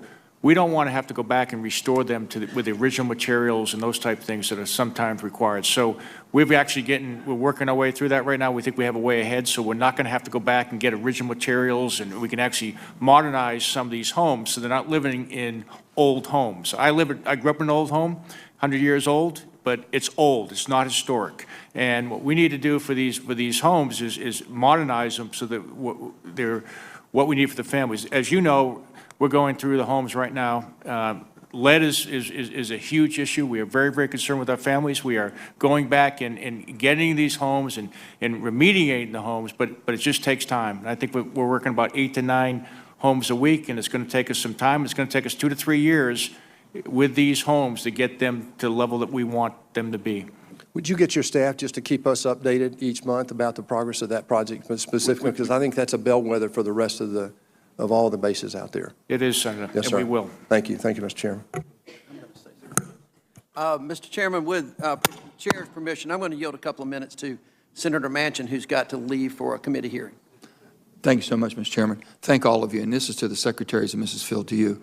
Just listening to everybody and the concerns we have, there's not a person up here, and I'm sure you all feel the same way, that we're not concerned. Our service members should have better quality of life and their families, and they should not be in this jeopardy.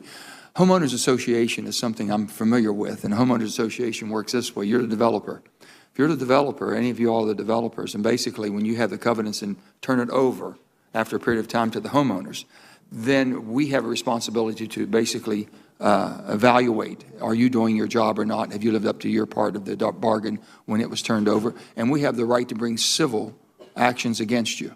Why can't we do the same here? Every member of the service and their family that moves into one of the homes basically would be part of a homeowners association. That association develops their own board, and they're able to bring civil suit if they haven't performed. That's the best way to do it, much better than what the military and everybody else. We'll spend millions and millions of dollars for the people on the front line that could tell you immediately. And if you're the contractor that's awarded basically one of these exclusive contracts for 50 years, then you have a responsibility. If that's the responsibility and you haven't lived up to it, let them go to civil court, not through the military court. Let them go directly to the civil court. You'll never have this problem. This will eliminate and remedy this immediately. And we can put this right into the Bill of Rights. Mr. Chairman, we could do this as we're going right now, and it'll basically take care of, I think, a remedy of how you can cure this quickly. And they'll step up to the plate. They don't want these civil lawsuits brought against them. That's my input. Thank you, Mr. Chairman. I'm good, Mr. Chairman. Thank you. Thank you, Mr. Chairman. Thank you, Senator Manchin. Two comments before I ask a couple of questions. Number one, I agree with Senator Perdue completely about the CR and about where we are in the politics in the NDAA and appropriations. I just don't want there to be any impression of anybody in this room that the politics that are being played is only on one side of the aisle. That is a process that's ongoing, and there's too much politics being played, not only in Congress, but with the administration as well. We need to get it done. I completely agree with him. We need to get it done. The second thing I'd like to comment on is I'm hearing a lot in these hearings where these companies are being referred to as our partners. They're not our partners. They provide a service. We pay them for their service. They're not a partner where there's a give and take and issues like that. They are providing a service to these people and their military and their families, and we should be demanding and make sure that we're demanding that they deliver the excellent services that we're paying them for, and that we don't consider them a partner like I would my spouse or a law partner. They are providing services. Now, just with the time remaining, I'd like to ask each of the other secretaries. Secretary McCarthy, you mentioned General Perna. I'm a big fan of General Perna, so I commend you for getting him engaged in this because he can get it done.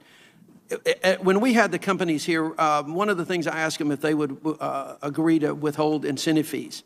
And I think you mentioned in your testimony that General Perna is working on that.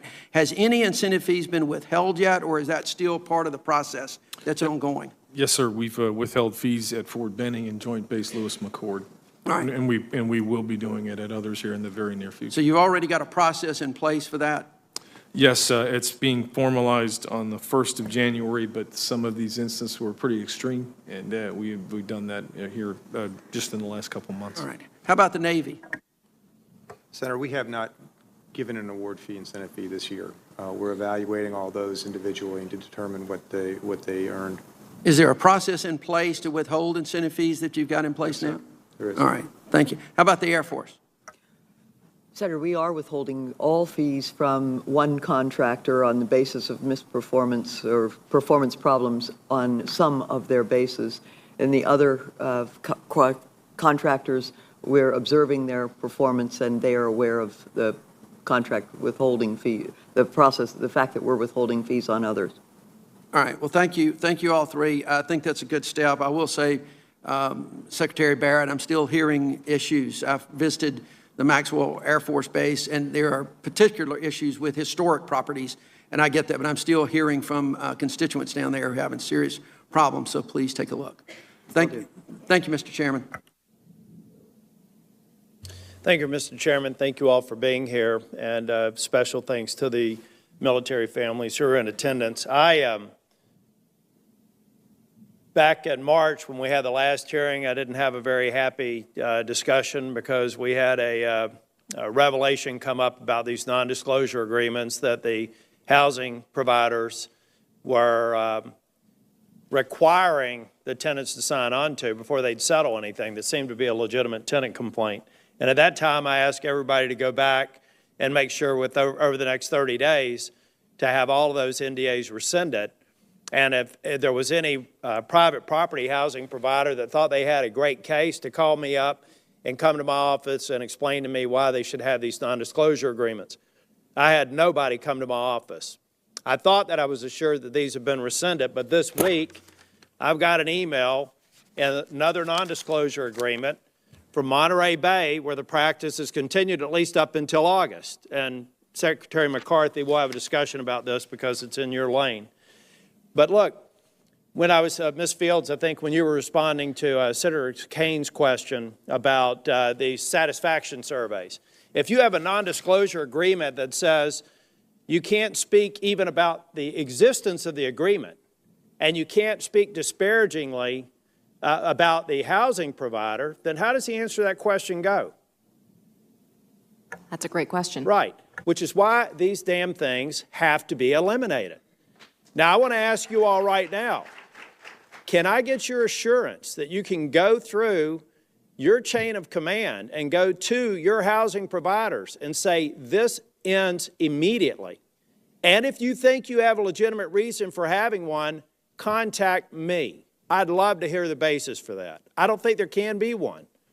And I want your assurance that we're going to move forward with this. This is a part of the problem. Look, I have tried to be balanced every time I come in here. If you look at it, when these contracts started getting initiated back in 1996, you were conveying property that was owned by the government to a private housing provider. They were to fix some of them, the old units, maybe upfit them. They were to build new units. And they had to make a financial decision that ultimately resulted in an investment that private sector investors invested in. Great. Hopefully they made a good decision. Now, it may have been that in some cases, they simply didn't know what they were buying. You know, everybody that flips a house, sometimes you buy something and it worked out well, and sometimes it didn't work out so well. There may be a rational basis to go back to some of these housing providers and say, look, we may have sold you a bill of goods, and we have some responsibility for trying to smooth out the economic consequences of that decision. In other cases, they built houses that are the subject of the problem. We owe them not a dime to fix that. That's on them. So my question to you all is, when is enough enough? When do we finally look at these contracting vendors, consistent with what Senator Inhofe opened up with, and say, you know, it's time just to recognize that you're in breach of contract. We got to go a different way. All right, your business practices are to a point where we've got to go to a court of law and settle this. When is enough enough? Secretary McCarthy. We might be there right now, sir. Secretary Moodley. Senator, I think that in certain cases we may be there. In other cases, I think there's a pretty heavy responsibility on the Navy and Navy leadership over the last couple of years in terms of not paying attention to it. So, Secretary Barrett. Senator, enough is enough. We have had enough. On some of these properties, they have worn out the patience of the Air Force. In other instances, they're doing a great job, and we're happy. I agree, and I don't want to go too far over time, but I want to be fair. I don't want to all of a sudden let our passions sweep up private housing providers that seem to be doing a good job, trending in the right direction. But we probably need to make an example out of a couple of them, and just draw the line and move forward. And in the other cases, go back and figure out, Secretary Ryan, I think you're right. If we don't look at recapitalization, I'm not one who thinks that we should take this back over and go to the old ways because it wasn't working. And then Senator Perdue's point is well taken. Then all of a sudden, you guys have to rely on us to give you resources, and how's that worked out for you? So I think it makes more sense to provide some certainty by having these contracts in place. But we have to look at recapitalization. We have to go back and rationalize what is what should be a consistent model. To Senator Hirono's point, I know that these contracts were negotiated over time, and there were differences. Some of them were learning from the past contracts. But at some point, we've got to go back and reopen this and aggressively pursue it. And I'm going to leave you with this.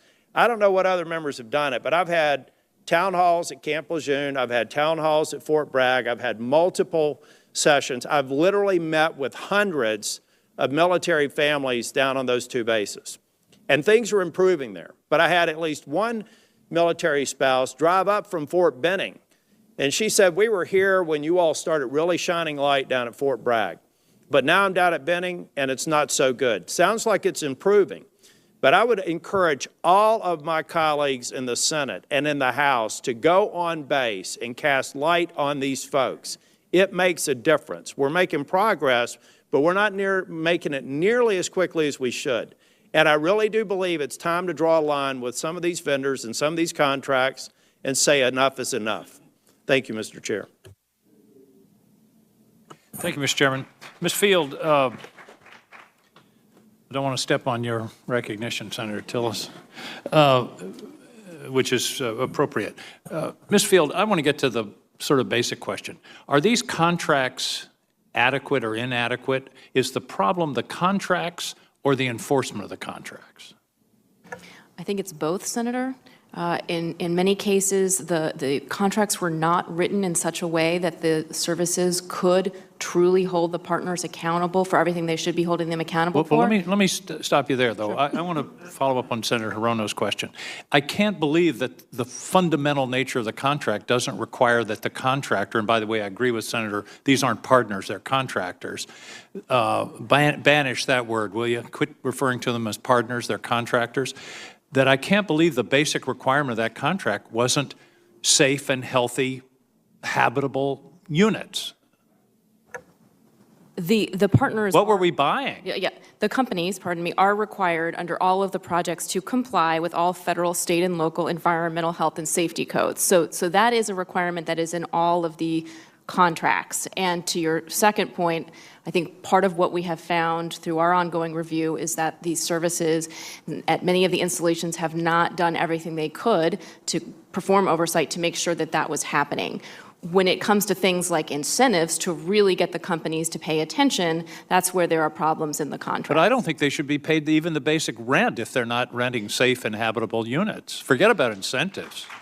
Well, the services do have the option of rescinding these contracts, and that is an option available to them.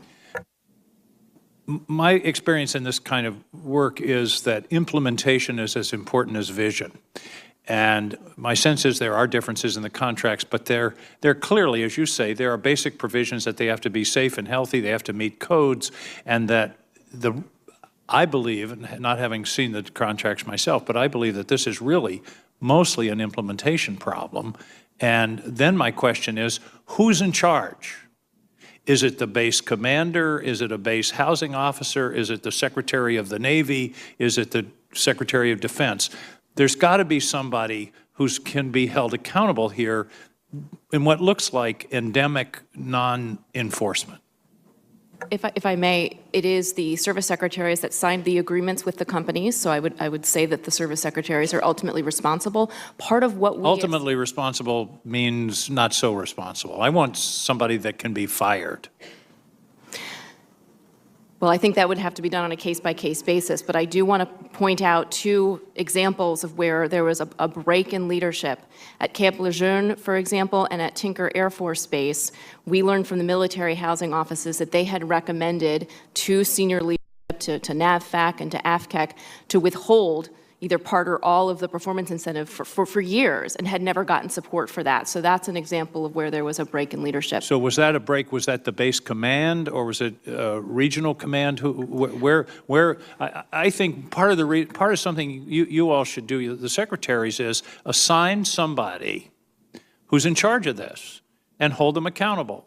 And I don't know whether it can be a one person at each base, or it can be somebody in the department or in the Army or the Air Force, the Navy. But somebody's got to, I mean, we have this diverse, diffuse responsibility, and therefore nobody really is held responsible. Can these things like, Secretary McCarthy, you've talked about the Bill of Rights, can that be imported into these agreements without permission, if you will, or a negotiation with the contractors? Is that something that can just be stuck into the agreements? We had to work through the language with the companies in question, Senator. With respect to your earlier comment, it is the chain of command on the installation. Those installation commanders had not been, in the Army's case, had not been empowered. Wouldn't that be the logical place? It seems to me the base commander would be the logical place to lodge this responsibility. The senior commanders are now back part of the process, and they rate the garrison commander who manages the housing relations. Is that true in the other departments? I'm getting a yes. Let the record show. Affirmative nods. Yes. A final question, a little sort of a detailed question on this refinancing. I don't understand why they need our permission to refinance. I mean, people refinance all the time. If interest rates have gone down, they can go in, raise more capital. What's the holdup there? So in the in the contract, they have to have a scoring criteria for the projects, and that's managed by the Office of Management and Budget. What we referenced earlier is we would like to rescind the Raines memorandum from the 90s so that we can adjust the scoring criteria so that they can go back to capital markets to raise the capital. So this is something that's within the control of the government. We can fix that. Does it take an act of Congress? No, Senator, we're working with the Office of Management and Budget on that. Would you please let us know if that gets bogged down? Because that would be one way to get a lot of new capital into these projects. Yes, sir, I will. Please. Thank you all very much. And I would like for the record statements from the secretaries about where you are lodging the responsibility for the enforcement of these contracts, the name of the person, the position, and what the arrangements are to be sure that the enforcement takes place. You can have the best contract in the world. If it's not enforced and implemented properly, people are going to suffer for it, and that's exactly what's happened in this case. Thank you. Thank you, Mr. Chairman. Do any of you feel that's an unreasonable expectation? Okay, we recorded the nods. Affirmative nods. Yes. Senator Hawley.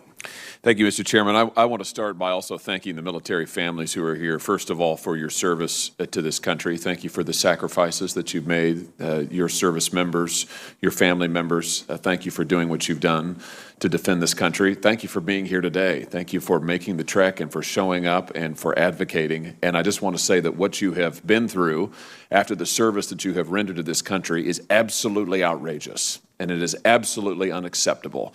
It wouldn't be acceptable for anybody to be treated like this in this way. But for you as service members and families who are sacrificing day in and day out for this country to have been through what you've been through is really a breach of faith in what this country owes to you. So thank you for being here. I'm sorry for what you've been through, and you have my commitment that my office and I will do everything we can to see that this does not continue. So thank you for being here. Let me ask you a few questions specifically about Fort Leonard Wood and Whiteman Air Force Base in my home state of Missouri.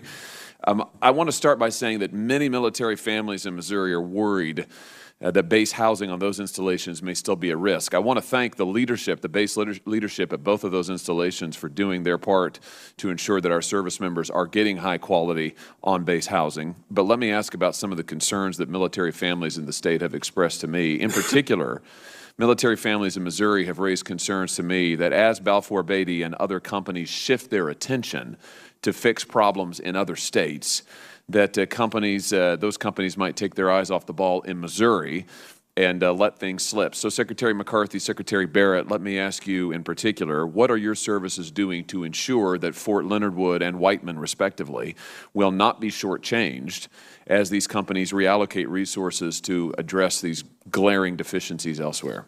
Go ahead, Secretary Barrett. We'll start with you. Well, Balfour Beatty has had very poor performance in some settings, but very fine performance in others. The base commander having responsibility and authority over the housing topic will mean that there will be careful attention given to the local base by the local leadership. So distractions by outside other at other bases will not be a distraction from performance at Whiteman. Okay, thank you. Secretary McCarthy. We are watching it very closely, Senator, and we'll ensure that there's no change with the performance. If anything, to improve it. Thank you. Let me ask both of you again. Secretary McCarthy, we'll start with you maybe this time. Families in my state have also raised concerns about insufficient tenants' rights for service members who live off base. And with that in mind, I want to ask you what the Army is doing to ensure that military families have access to high-quality off-base housing in Missouri and elsewhere. Can you address that? With specifically to Missouri, I would have to get back to you on that, sir. But in other instances, like yesterday, Fort Belvoir, with respect to Fort Benning and Bragg and others that I've visited over the last 90 days, 100 days, they work very hard with the local communities to get additional opportunities for off-post housing. So we're doing this in all of our installations, and I'll get back to you specifically on what we're doing at Leonard Wood, sir. Thank you. I'd appreciate that. Secretary Barrett, can I ask you the same question as regards Whiteman? Well, off-base housing is covered, there is an allowance that members get, and maybe the chief would have further detail on that. Yes, sir. As you know, we do routine housing allowance surveys, and we also go out and look at the basic allowance for housing. You know, something that's the service secretaries all signed a memo to governors last year, and it was a really important memo that said, as we are looking at your bases, there are two issues that are top shelf for our families, and that is, number one, reciprocity of licensure for spouses, so they can, as they move around the country, they can continue to work. And the second is the quality of their schools. And that letter has had a fairly significant impact. And so I want to thank this committee for all the work that's been done, because it's definitely improved the quality of life for our spouses. Thank you. In my time remaining, let me just, Ms. Field, ask you, at the current rate of decline of the housing inventory, I'm wondering if you think the MHPI program is financially viable and will survive the full 50-year term. The department has determined that the MHPI portfolio across the board is healthy. We issued a report last year where we found that while the services had good mechanisms in place to assess the financial strength of the projects in the near term, they don't in the long term. So I think your concern is well-founded. Quite frankly, though, what concerns me more is that there are more mechanisms in place for the services to assess the financial health of the projects and hold the partners accountable for financial health than there are for assessing and holding the partners accountable for the quality of the housing. Thank you for that. That's a very, very important point, and something I think that we've absolutely got to rectify. Thank you, Mr. Chairman. Thank you. Senator Duckworth.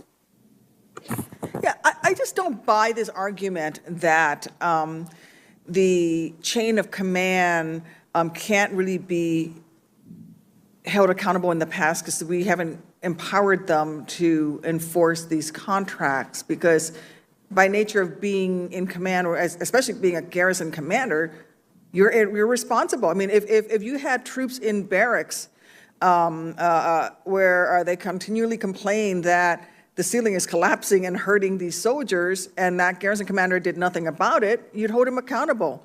If you had a tank gunnery range, an aerial gunnery range, or a door gunnery range that was constantly hurting the troops who were operating that range, and that range was not up to standard, that garrison commander would be held responsible for whether or not he held whatever contractor that was running that range for you and keeping it safe for our troops to use. So I don't understand why not a single garrison commander, to my knowledge, has yet been fired over a failure to maintain these standards, period. And so, okay, that's the past. Let's look forward. I'd like to ask each of the service chiefs, is maintaining the highest quality of housing for your troops and their family members a line item on every person's evaluation report, all the way up the chain for garrison commanders, up to and including yourself? Right now, is it on you? Is it a line? Senator, it's not. Ma'am, it is at the flag level. We're looking at doing that down at the 06 level and below. So no, so far. No. How many years has it been? Why is it not? Sorry, General. Go ahead. No.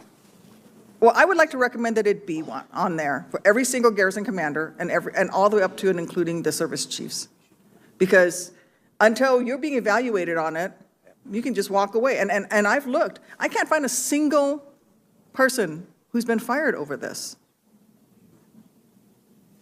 Ms. Field, you look like you want to say something. I do, thank you. And, you know, with all due respect to Secretary McCarthy, because I know this was not a decision that you made, I think it's important to point out that in 2013, the Army issued a clear instruction to installation commanders and garrison commanders not to perform inspections of homes for the life, health, and safety of those service members. That has since been reversed, but to me, that I can see how commanders during that time period would have been confused about what it was that they were and were not supposed to do, because they were getting an instruction that told them not to perform inspections. Okay.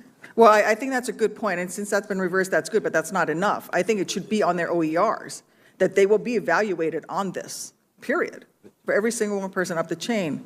I want to touch on one other topic, which is the family members who lived in this housing. There is no safe level of lead especially for children, to be exposed to? None. Are we doing anything to track the children who have lived, the family members who have lived in these housing units? And are we keeping and maintaining a database so that we may track their health over the course of their lifetime and so that they can themselves receive benefits and or health care that can be over the course of their lifetime? Because we know that children cannot be exposed to any level of lead safely. So what are we doing to protect the children and the family members in general who have lived in all of these housing units? Mr. McCarthy? Senator, we have the Army Health Registry, so when the family members come forward and put that into the database, we can capture that data and then track in each of these cases. Does that come as part of the briefing for every single family member who moves into housing, that you should come forward? I feel like you should know and be able to track and have records of every single family member who has lived in every single one of these units in order to track them. I don't see why we're putting the responsibility on the family members. They've got enough on their plates. The services should be doing this, and we have those records. Certainly, the contractors do, right? Because we're paying them for it, so they know who lived in these housing units. Why are we not maintaining this? Have we done this for any of the services? A database? We're out of time. We are capturing that. I'm so sorry, go ahead. Senator, we're capturing that information in the individual health record for members and their families. The challenge we have is if they go out of and they go outside of the military health system for their health care, we don't have an ability to get that. So we are looking at developing a database to do that. So that I'm not talking about on the healthcare side. I'm talking about who's lived in every single one of these housing units. You can go back into the housing records, not into the medical records, but into the housing record and make a list of every single person. We know every single person who's been stationed at Fort Bliss, at Fort Bragg, at wherever. Why do we not have a list of every single person that has lived in these units? We have them. Don't put it on the family members and on the medical side to wait until the health condition happens. Do it on the front end so that everybody can, later on, some child comes up and has a problem, they can say, hey, I was at Fort Bragg. They're in the system without them having to come forward. I'm out of time. We'll do that. I yield back, Mr. Secretary. Thank you, Senator Duckworth. Anything further? Any other member? Any other comment? All right. First of all, as I mentioned in my opening statement, we'll have another housing hearing as early as possible next year. And at a minimum, we need the companies back, maybe even some of the new ones that seem to be part of this problem, and the services, so that you can let us know, and we can reflect on if we ever get our NDAA passed, that the language, and we are out of time, so that is a serious problem. First, I do want to thank it's a very large number of people, went to a lot of inconvenience to be here, and you have been heard, and you have heard us, and so I appreciate very much your being here. I'd like to, the record will stay open until close of business Wednesday, December 4th, for any additional questions. Now, what I'd ask of our witnesses, respond no later than Friday, December 20th. Do I have your commitment to respond to the committee's additional questions by that time? All of you nod? Yes, Senator. Yes, sir. All right, that's good. Appreciate it very much. Appreciate your testimony, and I thank you very much. We're adjourned.